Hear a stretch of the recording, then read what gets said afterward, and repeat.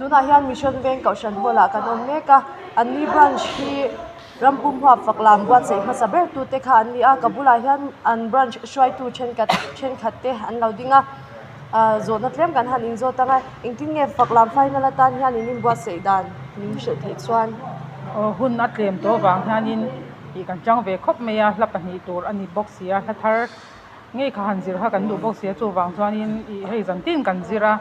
inkhom lo zan chuan zandar saria kan thana inkhom zan chuan inkhom bana kan thani meya kha ani deuh tlang pui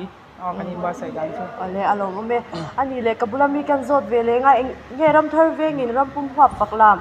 abuat se hi enge hu dan chom kam hi khattaram street the chuan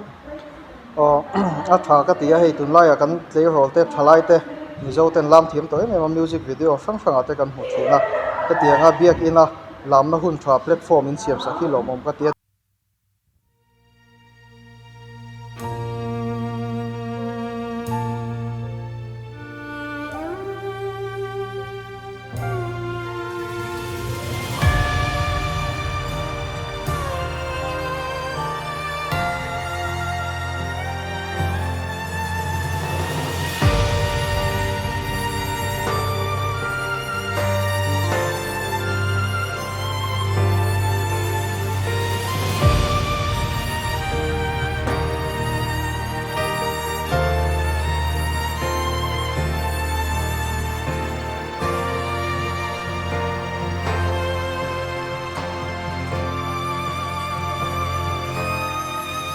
Khomai